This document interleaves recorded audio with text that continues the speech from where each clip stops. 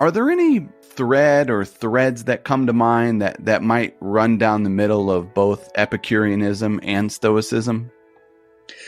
Yeah, that's a good question. So there's a kind of traditional narrative which says that the Stoics and the Epicureans are opposed schools of philosophy, right? So the Stoics think that it's all about virtue and that's what you need to live a good life. The Epicureans think it's all about pleasure. And so they're often presented as on opposite sides of the debate. And also when it comes to physics, right? The Stoics think that nature is something integrated and organic and unified by some kind of rational principle, whereas the Epicureans think it's all contingent and chaotic and there's no order or reason to anything at all. So that's one view.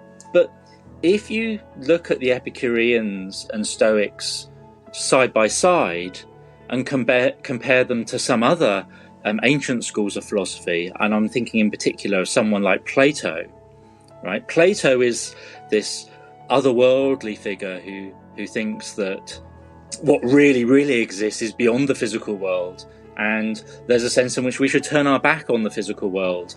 And he also thinks that knowledge comes through the use of reflected reason, it doesn't come through the senses. Now, on those sorts of issues, the Stoics and the Epicureans agree with one another, right? They're both materialists. They both think that the only stuff that exists are the objects we're familiar with in the physical world. And they both think that all of our knowledge comes through the senses. So there's a sense in which, compared to someone like Plato, both the Stoics and the Epicureans seem quite modern in comparison. And in very different ways, you might be able to align either of them with certain strands that we see in modern physics, for instance. So in that sense, I think there is some shared common ground between the Stoics and the Epicureans.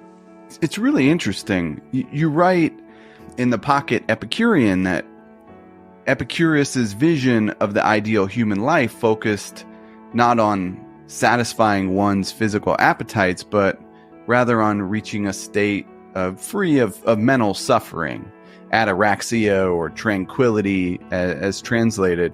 It sounds, very similar to Seneca's on the tranquility of mind. It sounds like a similar project. Yes, and Seneca was an avid reader of Epicurus, and also Lucretius, the great Roman Epicurean poet. And you're absolutely right. There's a sense in which what both the Stoics and the Epicureans are after is a state of mental tranquility. And they have slightly different arguments about how you get there, but there's a sense in which they both think that we both suffer all sorts of psychological disturbances, and they both think that most of those disturbances are ultimately our own fault. They're the product of the way we think about the world and the way we make mistakes in how we think about the world. And again, interestingly, there's a sense in which both the Stoics and the Epicureans will think that we need to study nature. By understanding nature better, we'll be able to avoid making those sorts of mistaken judgments that lead to that kind of psychological disturbance. So again, they're both great schools of naturalist philosophy. By understanding nature and our place in it, that will be the path to reaching that kind of tranquility that we all are after.